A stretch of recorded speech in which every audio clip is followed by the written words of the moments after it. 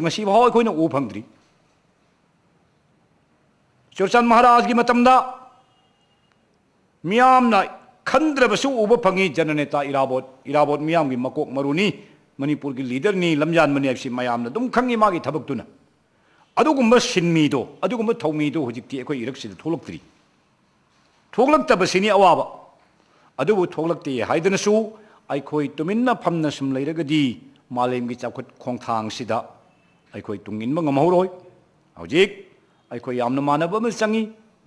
aikoi nungsinaba changi aikoi asi imung amatagi mamam tana pokpa masani haiba wakhal du aikoi punna khanminaba tai masi khanma ngamdragadi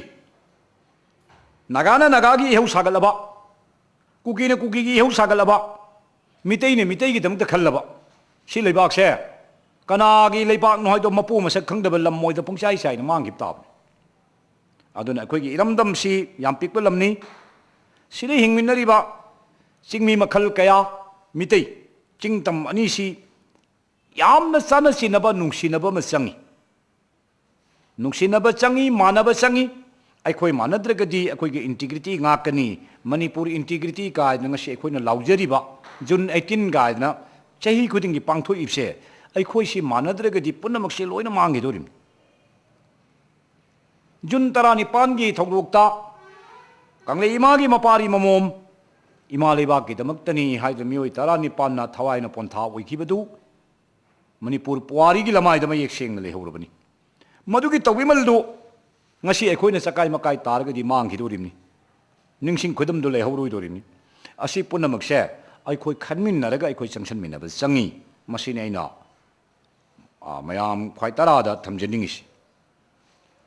aduna akhoi nungsinaba manaba haibasidadi karam haina tawraga nungsinagadagi kari tawraga managadagi haibasine akhoi na hojik mang da yam chauna ningnaningai oiba tangkak am leiribsi akhoi ma leibak sin nungsiba haiba tai nungsiba haibasidi karam hain nungsirakane masak munna khangba tai iramdam sigi leiriba chingtam chingpa turel tu khong pathi komthi punamak se laifam tinfam punamak aikhoina loina khangba tai khanguraga madugi lamdamdugi lamit tumittugi phajaba matik mayai punamak se khangaba matamda ima sigi nungsibadu mipung khudingmakki thamoida phawgani thamoi sida ima leibaki phajaba lamdam lamit tumitki phajaba singse aigi thamoida mami oina taraba matamda madugi nungsibagi mahaudo aingonda laani adugumba ima leibapu nungsibagi mahaudo aikhoida changakpa taragadi aikhoigi nungsibadu aikhoina ngakpa ngamgani nungsibagi manaba lingjen ama porakpa ngamgani aduna aikhoina thamjaningi basi yam sengna haijarabada hojik aikhoisi yamna luraba tanjani mitei puyana piramba tangkat hojik si yamna mapung oire puyana hairamba singsi amata lan khidri aduna mangda haibasisu langani haina ningde wangule hau satkani hairami wangule hau satkre aduga loktak ithong phatkani hai loktak ithong phat paipsi hujik loktak project lainung da kenel hamna leimatak ta thadagrisini masi oildringai da mitei puyan iramamni ko yamna ngan iram ghrabni mitei pai pusingsina chinga pai khrani hai chinga chawba tengphai da kamakhong da kaithen kasan khre kangla da singthau mapan satkani satkre wangudele hau satkani satkre sumdodana akhoi mitei puyana hairam ba moithap lup khrani hai thaina gi moithap nai bai do akhoi baudi angang ori ge khar khar thengna hui akhoi gi makha ta ba miron di moithap ai sem ta khangaroi dam aduna moithap lup pa kawi lup pai di manggib do sumdodana akhoi gi puya sida mitei gi pai pu singsine irammi ba puya gi lairon mayam laiwa mayam pautak mayam se masi amatta soidi lubang makhum naira roi hairami koina khali lubang makhum nai da bai sibu karino lubak to makhum ga khum da bi da tawdori brana nati ahan ga naha ga chaw manani hairimi lubak to sai sab manardi khumjan yadre dana aduni naha su ahan ju chaw manaba thakshi khasi kairak ka daba naha na ahan bu masak khang taba tanjam la ka dawri 하이림니 숨영비 오지 나하론 생왕왕노 아한모 거리랑미노 일라일라이 아한모 알라우드레 또 가시 일라일라이 네다 하이락바 마시 나하가 아한가 싸우고 만나락바두니 아두니 루바도 싸우 만나르지 마 쿵쿵전야드레드나 아두 아한가 나하가 싸우고 만나락거니 와 따나버등가 마로이 루르거니 하이버니 마시 루바 모콤 나이더버 거위 밑에 이 파이프싱이 양 파져버 론다 이비름버니 수마인도 우리라 거기 뿌야시다 이름이버 마얌시 에코이나 미래이 박작자망 콩다네 시디기 안근 마육다 플레인 동그래 과티다 싹능이 미래이 박작자망 콩다래 마tam누기 파이프싱도니 에로플레인 오기버디나 띠고 아주 오이래거다버시 강머니 레방나 도시 오이드나 이싱나 타워리가 싹거네 사이시니 후지 레박대기 톡바 일렉트릭 코티 마얌 용어가 와이어 띵나 이싱대기 다음 kaya 프로젝트 kaya puthok mai thali chin ising na tha oira sak pai do masi matam du de iramamni matam du de pai pusing na iram badu phunga wari oina anjing libi ra kan akhoi ni am kirami leibak sin na dosi oidana adi ising na tha oira sangsar si tum na sa adam ni hai ga akhoi si loin sir adam ni ga dana wakhan du mai na khalam adu punamak to hojik magi manung gi oiba nunggi wahan thok si khanguraba matam da akhoi na tongan ba wakhalo na mai khoi na phangmangami sumaina puyana iramba mayamse ngasidi loinamak puyana thaba punamakse oira ga sum lakhiba asina maram moidana aikhoi si akhoi ipai pu singsi tunggi wangulon yamna ui yamna sangna uba ngamba aikhoi gi mitei ahallaman singni haina akhoi na mayek sengna khangba ngami moina hairamba pawro amata soide moina thamamba matamdu chap chana oithoi asina tungdasu kayama hairi asumana thambiramba moina thambiramiba wakhalon singse aikhoida chap chana oithorak pasinadi ipa ipu singsina tungna thambiramiba singsisu soidana oigani haibasi aikhoina chama achet pathajaba thamba yai haibasini aduna ipa ipu singna thambirami haidrasu aikhoina laina nongdam ama tambirakani lain tambam lakana pham leiragadi aponte ai honabam di changi laina di yumna hiptra phamungna hiptra leibe ngonda laaga tambiraga dabdi nati aigi nin nomjaba sujaba aigi honajaba haibamdi ichang changi aina khara nomjaraga aina khara sujaraga aina kitang wajarakanda laina hene pibirakpadugi wani laigi nongdam marisi hipna phamna leiragadi tambirakpa jatnati aduna aikhoi haujiksi aikhoi mayam mitei haiba aikhoi se masina kanglei mapu sidi hujikti mitei na oiri aduna aikhoi na oibanina atop maikai atop sagai atop phurupsingna khara akaya toi thokna thokla abasu akaya toi kaya tawra abasu masi aikhoi na gyan tana yamna bahap tana sanction minadana moina samar kanna chairabsu aikhoi na hantharaga moibu phajillaga themjillaga aikhoi ga moiga chana sinana leminana bo honna batai haibisini aina thamjaningisi maramdi mapu hoise khara gyan tabam changi amana pangang ngangjarabsu aikhoi di khangba tai gyan taba tai aduna sengna aina thamjaningi basi aikhoi rajniti gi wasu khardi dum haining mani du rajniti se yam kan panjararoi masi rajniti yola na targa kaya nungai tab londa mayamam yauri adu masi le khalai grasano mayam su hena khangna le rawa poni ai dharma ga mari leina bardum chathajarage aduna aikhoi haujik si aikhoi mitei lining chatpa mitei lai sonjari ba aikhoi sida kana gumbana hanthana ubi basu lei ismoin tawje sari do kainu khanba maduni haye koi mitei pai puna mathau di leitadna mapui mathun da chain thin sanai hairisi aidi ma masagi pot da mana dum thugaina ba sinjaba pot di mai mapot oiba mi mapoti nataba mai mapot bu mana mangna ba silliba mai lai du sonjari ba mi du da mana la na uriba magi maram chachali ba mi du mana ona teina na khalliba madu mapot bu thawoi da mapot bu mangna takna ba sillib du mathau leitadna mapui mathun da chain thin ba kawi masi ipa ipu singna thamamba pauroni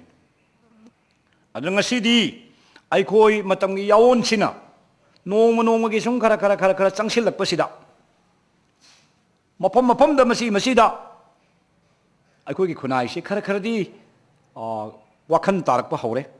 adu luri badi puyana thaba arubana mataida anai bana mayai daina ama thambirami puyada aduna aikhoi aruba se matai rom da khariam lei mapung oiba mayon sigana anei ba sina mapung oi kiba tawri sini Imphal मयोनसिदा लेरिबसे मिटोप कयाना building चाउना चाउना साजेंद्रन लेखिबा तौखिबा motion खिबा मसी मयामसी मसी अरुबना अनैबना मयाई इयाई चेनबा कौई मसी अमोटपा मयाम अमा इ तिनदबा कया लिंजेन मानदबा कोंगाई मयोनसिदा पुलप तासिलगा लेरिबसे मसी अमोटपना मयाई चेनबा कौई सेंगना सेंगना चुमना चचबा अचुम वाखन खल्लबा मियोई संखिना मताई मताईदा थैदोक थैदोक लेरे हरगा कर्म तौरगा अखोई इनाचेबु कनगदगी कम तौरगा इरमदम Iram इरेपाकसेबु ngaksebu ngamgadagi haina khanjariba madugi wakhalon na punshigi manglan oina leliba miyoisingdo maduna matai matai de leire masi arubana matai chenba kawi masi puyana tharamba chapchaba tangkakni adubu hojikse अखोई ngसाइना थमजगिबा इगी पन नमखाई खिबा हाइबदो नमखाई खिबद चंगखिबा इयान सिंगसी अखोई ताइबंग Meena मनथोकबा ngamdana लाइना मल्ली हुजिकसी मीना दी ngamdraba लाइना मल्ली मसी मंदुरेबसी हाना मांगदा इरमे कंगला सा ममांगदा ngakha sangbai ma hidokane masi ipai pun ira thamamamni कंगला सा ममांगदा ngakha sangbai ma hidokani haidana ipai pun iraga thambiramise yamna lugraba wahini masi phongna haidokadu ga nungaitaba londa wirib jani maramdi ngasai gi aikoi gi I nataba iyan mayamse masi mana mana tawjaruba thawramdugi mahina Kangla samang sida haibidi kanglei imagi tampak sida moigi punsi si pikhamna doriba kayamna senior di maduma sing naide yami ngakha sangbai ma ga thangbai ma chanba thumok du da hap ngakha sidi paniam channi da masing thibi da bawa do mali aduk yam ba sini harim masi pai pusing duna khangna puya sida khorjei tharaga ibiramin adu ngasi di sumyam bi ui main don sing mayamaru pang sing अखोई लमदम सिद सिरिबा मियाम से नोंबगी अनि सिबा मंगा सिबा तरे सिबा मंगा सिबा तरा सिबा अम सिबा सिबगी लेप नाइदिबा नोंगै चपथा लेप्तिसिनि कया कुइरे से इसे सिजु खर सिगी दौरी मसि ngसाइगी कंगला सा ममांगदा ngakha sangbai ma hidok paiba ipai puna thamamba tangkaktu oire imi kanglei ima gi leimai sine yangkok oiraga masigi mathakta haptana mausa lairembi imana yangkok si pairaga khaidana khaptana hojiksi machang khanna nabagi kanna hotnaba matamni aduna masi mina man thokpa ngamaroi da iyan singdo laina man birim and mapogi wayen gi matungina aikoi gi lamdam sida aseng ba I kharana yamna ingna chikna nungai ai phana panba haiba matamdu soidana lakhi gani sahongani ngahongani khunjaw gani leichaw gani khunpa lei pan nungai ai bi marang kaina mara tapna pan gani haiba puyana piba tangkak leiri masi sakuk lamlen puya nonglon puya aduga akoigi matamgi khonglei takpa lairik puya asina singba lairik kharada yamna maru oina ibirami adu sakok lamlen de ibasidi yamna section ni yaringkai masi mayamda sandok piru khinu khangan khiganu akhang manoi apa banoi tamin khangu kanago mana khangninga ga chik na tumin na tau khangalu sumaina yam section na wasi thambiram lon ni aduna masigi tangkakse yawra kadoraba mitei nungan gadoraba matamni haibasima ai haijage ai khoina ahan bada koigi oja kabagi matamda koigi lairik ama ai mitei meyek ki lairik ama mitei meyek si puthokna bagi damakta koigi ek maru sanaba thaurang ba kanglup kanglei pa haidna semna kalkata eastern type foundry da meyek si hairaga purakhibani mayek ton taret achauba mayai orappa yam khar pikpa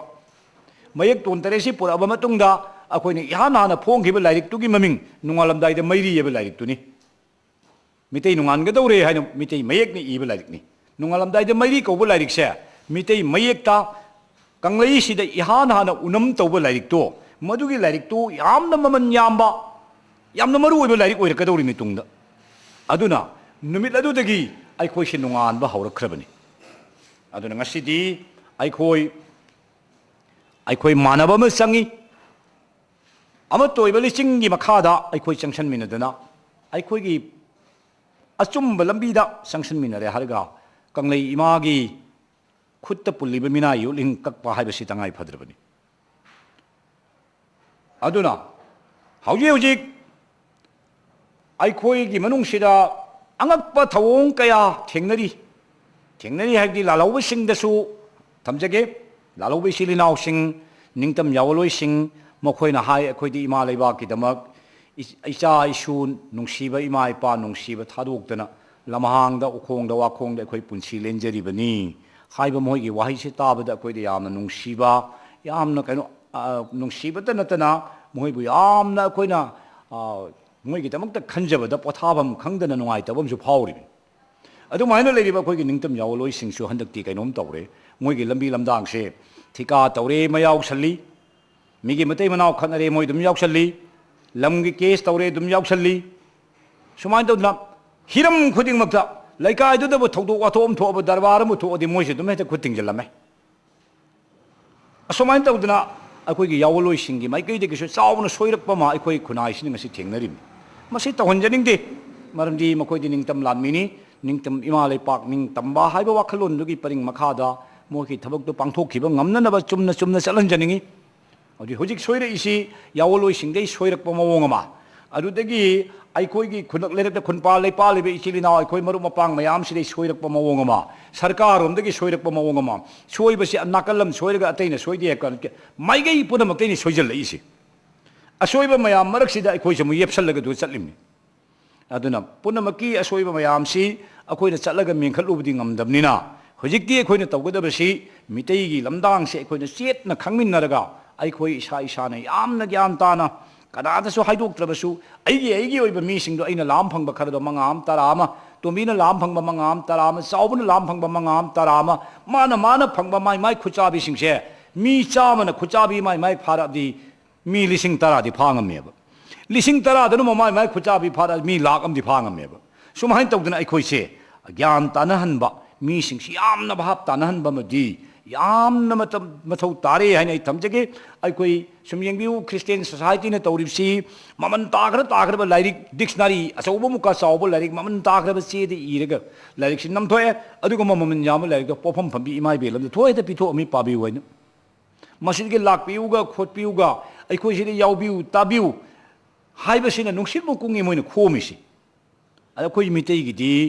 lairabani akhoi gi society si akhoi khunai si lairabani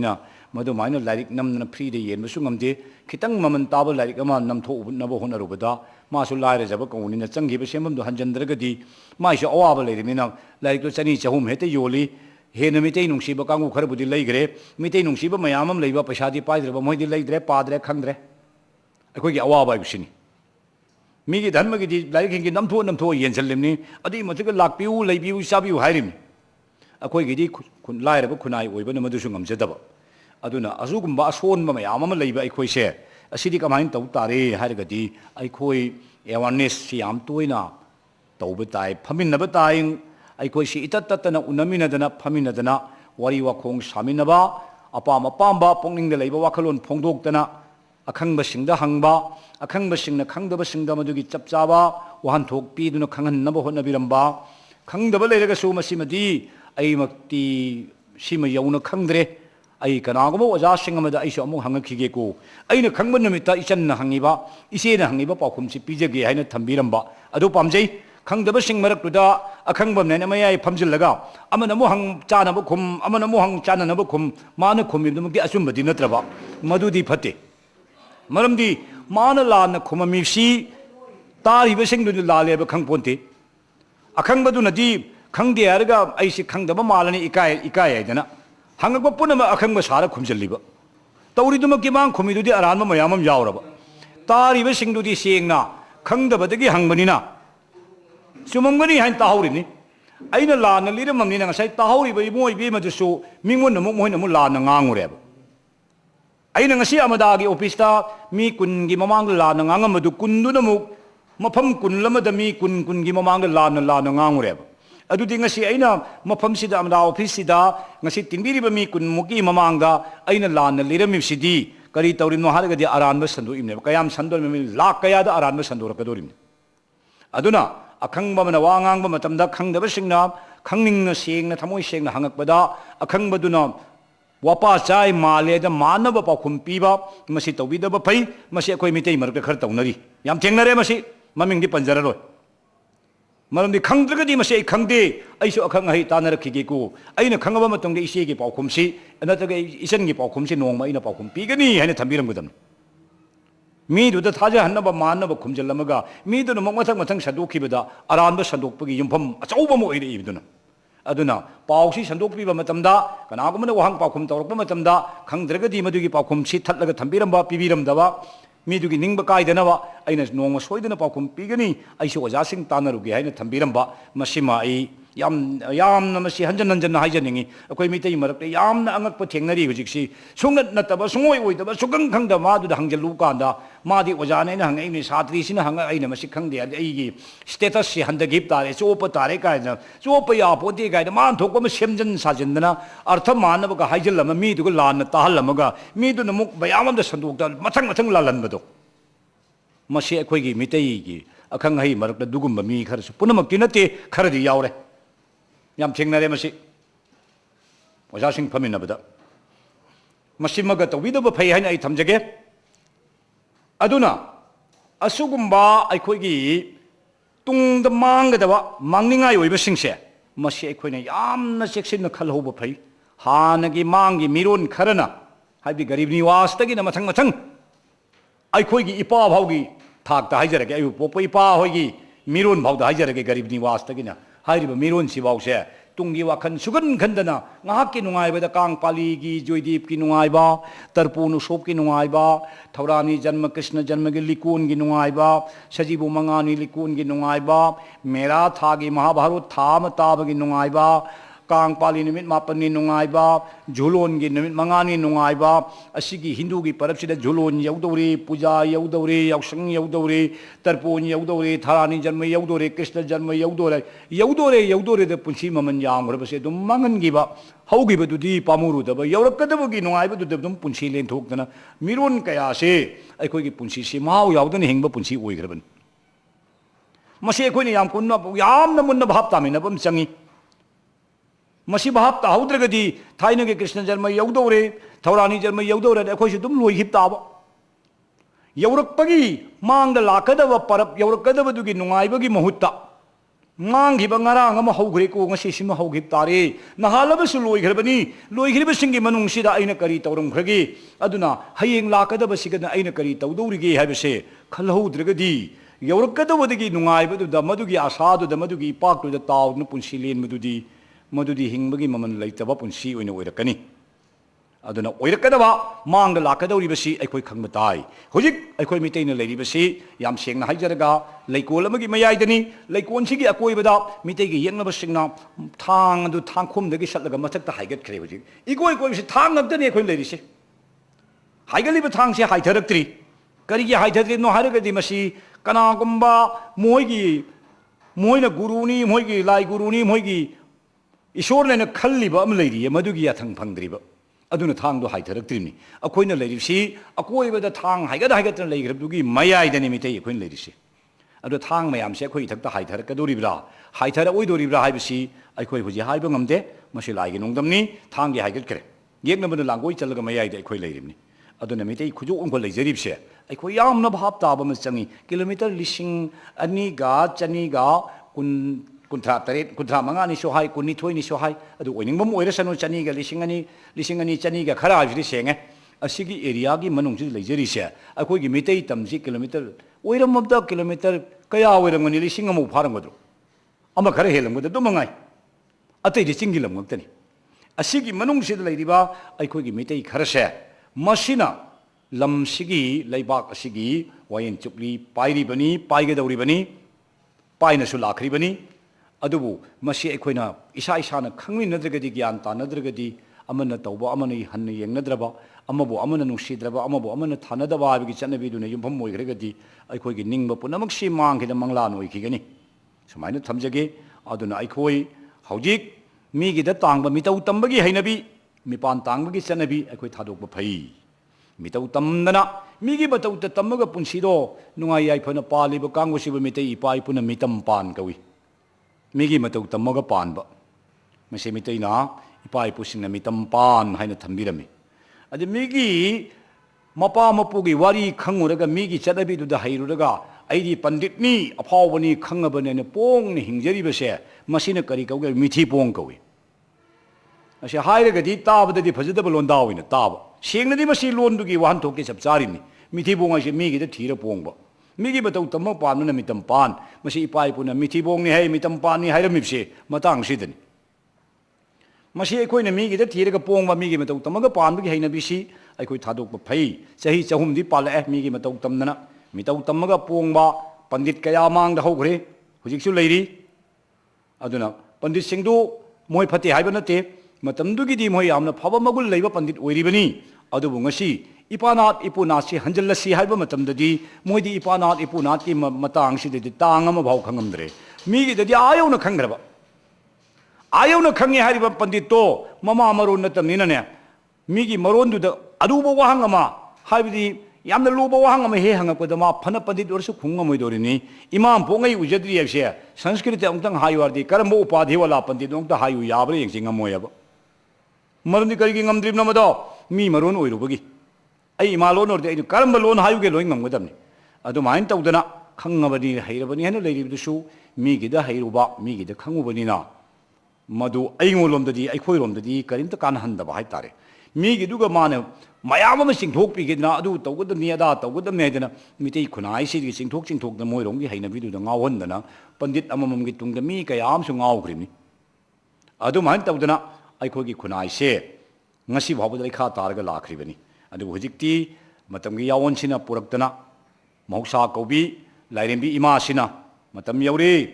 nahan nongkhang irupada leibak miyam da ningthauna miyal laining chachage wasa u wasak trabadi angang ongani haiba akan ba chairak piba masida mitei kayadi wasa u yadadana achau bayumda hoijallaga mi kun kunthani phu pulap thamaga morok mon pusanna morok mai tharaga hat khrabani mitei kayamana loktak te khoijaw da lengdana loktak te ngami themaga hato khrabani karigi miyal laining chaseba yade na hat khrabani adudagi kayamana Pudatra hat khrabani chumna misam praja hat pade to moirang lalahan ba leipa ki maichau mipok laipok oiriba maichau odu bhabu tasu mial lining chasi hebe ya de dena phasi gi segai da thagal lim ha lage garib niwas nu ngambase adu moirang lalamana phasi segai da kar ba matamda sirage ningthem nangi na ya thang innana mayang lining chatai sarukti sigibana saruk chama hena bhai sidoge haina lauthorkpa matamda khongnang thaba laktana lalanbabu phasi segai degi chingtharaga lalambagi thawai kangribni adu ninghem garib niwas khongnang thabagi makhutagi moirang lalahanbang munbang ngambagi pangandi ningthauda leigide khongnang thabana ilai laina kallaga pugibni sumdodana mitegi praja mayam se mitegi ipa ipu mayam imai ben mayam kayama onthokna misi thina sigrabni adubu Hawaii khari hena luyena khanba leipak miyam amadi kaukhatna lilongda nungkhang irupa haina lupnaram pa matamda mitei ipai pu singna ningthogi athangni na tawdabdi yararoi adubu iningthau aikhoibu miyal laining chasi haina wasak chau hairagadi wasakti sakcharage adubu punsi chuppagi di ngamoi ko charon suron taret phaudi miyal laining chachagi haina wasak chage haibada ningthauna su santadas gurudev masina kamdo bahangak pada guru santadas na tungi ubani panina yarani maharaj masidagi hena ningai tawrudi nungai roi charon surun tarit phau chat pa haibisidi yana halasi yadana guru ganing khemga yanaraba matungda leipak miyamna charon surun tarit phauba miyal lining chachage hadi wasaki bani ningthona ya garbani adugi charon surun tarit to hoji ki matam si charon surun mapan subu surun ni surun ani chonthara abani aduna aikoi gi leisema sana jawbu pokpiramba maharaj ukendrana sari hanba haina tawram khiba magi thawram ama pangthok khibado leipak miyam ne hena khangbi hawrabani ukendro gi matamda sari halambasi chap chaba lai wayen loirak pa matang chap charabani sana jawbun ani suba suro laimi aduna hujikti mamangai da wasak khibadu wasak pagi matam loigre hujti mitei lining hanjanbagi tanja chap chare sigai chonta garabdi hendagi doramni matamsi aduna aikoi yamna khangmin naba bhap tamin naba ma changi aikoi matamgi lai wayen yengba tai puyana thilamba puyana tamba puyagi kanglon yengba tai matamgi chanabi khangba tai aduga aikoi gi nungai tabamana mitei lupta hana leiraba Meitei ꯁꯤꯡꯗ ꯆꯜꯂꯕꯁꯤꯡꯒꯤꯁꯨ ꯑꯁꯣꯏꯕ ꯈꯔ ꯂꯩꯔꯤ ꯅꯪꯒꯤ ꯂꯥꯏꯗꯣ ꯄꯨꯔꯛꯎꯅꯦ ꯖꯒꯟꯅꯥꯊꯗꯣ ꯐꯤ ꯁꯨꯕ ꯅꯨꯡꯉꯥꯏꯅꯤꯅꯦ ꯃꯅꯪꯒꯟꯗꯣ ꯀꯥ ꯍꯦꯛꯇ ꯍꯥꯏꯖꯤꯟꯕꯤ ꯅꯣꯏꯒꯤ ꯎꯀꯪꯅ ꯁꯥꯕ ꯎꯀꯪ ꯂꯥꯏꯗꯣ ꯀꯥꯏꯅ ꯍꯦꯛ ꯍꯥꯏꯖꯤꯟꯕꯤ ꯉꯁꯥꯏ ꯊꯝꯃꯦꯗꯤꯗꯨꯒ ꯂꯥꯏꯅꯤ ꯏꯁꯣꯔꯅꯤ ꯃꯄꯨꯅꯦꯅ ꯊꯥꯖꯔꯒ ꯂꯩꯖꯔꯤꯕ ꯈꯨꯄꯨꯗꯨꯗ ꯅꯪꯒꯤ ꯂꯥꯏꯗꯣ ꯃꯅꯪꯒꯟꯗ ꯐꯤ ꯁꯨꯒꯦꯕꯨ ꯍꯥꯏꯖꯟꯕꯅꯦ ꯖꯄꯥꯟ ꯋꯥꯔꯒꯤ ꯃꯇꯝꯗ ꯖꯒꯟꯅꯥꯊꯗꯣ ꯐꯤ ꯁꯨꯕ ꯌꯥꯝ ꯁꯨꯅꯔꯝꯃꯦ ꯃꯅꯪꯒꯟꯗ ꯀꯥꯏꯅ ꯅꯪꯒꯤ ꯂꯥꯏꯗꯤ ꯎꯀꯪ ꯂꯥꯏꯅꯤ ꯑꯗꯨꯗ ꯎꯅ ꯁꯥꯕꯅꯤ ꯊꯩꯕꯣꯡꯅ ꯁꯥꯕ ꯂꯥꯏꯗꯨꯗ ꯊꯩꯕꯣꯡ ꯀꯁꯜꯂꯦ ꯀꯥꯏꯅ ꯀꯔꯤꯝ ꯀꯊꯥꯏ ꯇꯧꯗꯅ ꯑꯩꯈꯣꯏ ꯃꯤꯇꯩ ꯆꯠꯄ ꯀꯥꯡꯕꯨꯅꯁꯨ ꯑꯩꯈꯣꯏ ꯒꯧꯔꯥꯡꯒ ꯀꯥꯡꯕꯨꯗ ꯉꯥꯡꯕꯤꯕ ꯈꯔ ꯂꯩ ꯃꯁꯤꯁꯨ ꯇꯧꯍꯟꯖꯅꯤꯡꯗꯦ ꯃꯔꯝꯗꯤ ꯃꯤꯒꯤꯁꯨ ꯂꯥꯏꯅ ꯅꯤꯡꯖꯔꯤꯅꯤना ꯃꯤꯗꯨꯗ ꯁꯥꯎꯍꯟꯗꯅ ꯇꯤꯡ ꯁꯣꯛꯍꯟꯗꯩ ꯁꯔꯨꯛꯇꯤ ꯊꯦꯝꯃꯒ ꯍꯥꯏ ꯅꯪꯅ ꯇꯧꯔꯤꯕ ꯅꯪꯒꯤ ꯎꯒꯤ ꯂꯥꯏꯗꯣ ꯃꯗꯨꯅ ꯀꯥꯟꯅꯔꯣꯏꯅꯦ ꯏꯕꯨꯡꯉꯣ ꯁꯣꯝꯗ ꯂꯥꯛꯎꯅꯦ ꯍꯥꯏꯗꯅ ꯃꯥꯕꯨ ꯚꯥꯞ ꯇꯥꯍꯜꯂꯒ ꯃꯥꯒꯤ ꯎꯀꯪ ꯂꯥꯏ ꯂꯥꯛꯂꯤꯕ ꯃꯤꯗꯨ ꯚꯥꯞ ꯇꯥꯍꯜꯂꯒ ꯒ꯭ꯌꯥꯟ ꯇꯥꯍꯜꯂꯒ ꯆꯤꯡꯊꯣꯔꯛꯅꯕ ꯍꯣꯠꯅꯕꯤꯌꯨ ꯁꯤꯅꯤ ꯑꯩꯈꯣꯏꯅ ꯄꯥꯝꯃꯤꯁꯤꯅ ꯃꯤꯒꯤ ꯂꯥꯏꯗꯨ ꯑꯣꯟꯁꯟ ꯆꯩꯔꯨꯔꯗꯤ ꯑꯣꯟꯁꯜꯂꯛꯇ꯭ꯔ ꯃꯥꯁꯨ ꯐꯨꯅꯔꯛꯄ ꯇꯥꯕ ꯑꯩꯈꯣই ꯃꯤꯇꯩ ꯆꯠꯄ ꯑꯍꯜ ꯂꯃꯟꯁꯤꯡꯒꯤꯁꯨ ꯑꯁꯣꯏꯕ ꯈꯔ ꯂꯩꯔꯤ ꯃꯁꯤ ꯌꯥꯝ ꯊꯦꯡꯅꯩ ꯀꯁꯥꯔꯣꯝꯗꯒꯁꯨ ꯃꯁꯤ ꯑꯩꯈꯣꯏꯅ ꯁꯨꯄꯥꯝ ꯄꯥꯝꯖꯗꯕ ꯍꯥꯏꯕ ꯇꯥꯔꯦ ꯑꯗꯨꯕꯨ ꯑꯩꯈꯣꯏꯃꯛꯅꯗꯤ ꯃꯤ ꯃꯆꯤꯟ ꯄꯥꯏꯅ ꯃꯦꯜꯂꯨꯕꯗꯤ ꯉꯝꯗꯕꯅꯤꯅ ꯅꯨꯡꯉꯥꯏꯇꯕ ꯑꯃꯗꯤ ꯑꯗꯨꯝ ꯐꯥꯎꯕ ꯑꯗꯨꯕꯨ ꯀꯔꯤꯗꯤ ꯍꯥꯏꯔꯨꯅꯤ ꯃꯁꯤꯁꯨ ꯑꯩꯈꯣꯏ ꯃꯔꯛꯇꯒꯤꯁꯨ ꯑꯁꯣꯏꯕ ꯈꯔ ꯂꯩꯇꯕ ꯅꯠꯇꯦ ꯍꯧꯖꯤꯛ ꯑꯩꯈꯣꯏꯅ ꯈꯟꯅ ꯌꯦꯡꯁꯤ ꯑꯩꯈꯣꯏꯅ ꯑꯩꯈꯣꯏ ꯊꯦꯝꯒꯦ ꯑꯩꯈꯣꯏꯒꯤ ꯍꯤꯟꯗꯨꯗ yang ꯂꯥꯎꯈ꯭ꯔꯕ ꯑꯍꯟ ꯌꯥꯝ ꯁꯥꯊꯤꯕ ꯃꯤꯇꯩ ꯃꯔꯨꯞꯀꯤ ꯋꯥ ꯁꯨꯛꯄꯟ ꯄꯟꯕ ꯌꯥꯗꯦ ꯍꯥꯏꯁꯦ ꯑꯩꯒ ꯑꯃꯨꯛꯇ ꯐꯝꯃꯤꯟꯅꯖꯒꯦ ꯏꯃꯥ ꯏꯟꯗꯣꯟꯁꯤꯡ ꯃꯌꯥꯝ ꯃꯔꯨꯞ ꯃꯄꯥꯡꯁꯤꯡꯅ ꯌꯥꯔꯒꯗꯤ ꯁꯤꯟꯕꯤꯌꯨ ꯃꯥꯕꯨ ꯑꯩꯒꯤ ꯋꯥꯔꯤꯁꯤ ꯇꯥꯕꯗ ꯃꯥꯅ ꯃꯥꯅꯤ ꯅꯪꯒꯤꯗꯨꯅ ꯑꯆꯨꯝꯕꯅꯤ ꯑꯩꯈꯣꯏꯁꯤꯅ ꯂꯥꯜꯂꯦ ꯍꯥꯏꯅ ꯍꯦꯛ ꯍꯥꯏꯗ꯭ꯔꯕ ꯑꯩ ꯉꯛꯁꯤ ꯀꯛꯇ꯭ꯔ ꯃꯌꯥꯝꯗ ꯍꯦꯛꯇ ꯀꯠꯊꯣꯛꯒꯦ ꯃꯗꯨ ꯍꯥꯏꯍꯟꯕ ꯉꯝꯒꯅꯤ ꯃꯔꯝꯗꯤ ꯑꯩꯈꯣꯏ ꯃꯔꯩ ꯐꯠꯇꯕ ꯍꯤꯟꯗꯨꯒꯤ ꯑꯍꯜꯁꯤꯡꯁꯦ ꯑꯩꯈꯣꯏꯒ ꯇꯥꯏꯅꯔꯤꯕꯅꯤ ꯕ꯭ꯔꯥꯍꯃꯟꯁꯤꯡ ꯕ꯭ꯔꯥꯍꯃꯟꯒꯤ ꯕ꯭ꯔꯍ꯭ꯃꯁꯚꯥꯒꯤ ꯄꯟꯗꯤꯠꯁꯤꯡ ꯃꯣꯏꯒꯤ ꯄ꯭ꯔꯁꯤꯗꯦꯟꯒ ꯑꯣꯏꯔꯤꯁꯤꯡꯗꯣ ꯑꯩꯈꯣꯏꯒ ꯐꯝꯃꯤꯟꯅꯩ ꯃꯣꯏ ꯑꯩꯈꯣꯏꯒ ꯐꯝꯃꯤꯟꯅꯕꯗ ꯑꯩꯈꯣꯏꯗ ꯀꯔꯤꯁꯨ ꯂꯥꯟꯅ ꯈꯟꯗꯦ ꯑꯩꯈꯣꯏ ꯆꯨꯝꯅ ꯍꯥꯏꯕꯅꯤ ꯃꯣꯏꯗꯨꯗ ꯐꯠꯇꯅ ꯍꯨꯂꯥꯟꯅ ꯈꯟꯕꯁꯨ ꯅꯠꯇꯦ ꯆꯨꯝꯅ ꯍꯥꯏꯕꯤꯕ ꯋꯥꯅꯤ ꯍꯧꯖꯤꯛ ꯌꯦꯡꯕꯤꯌꯨ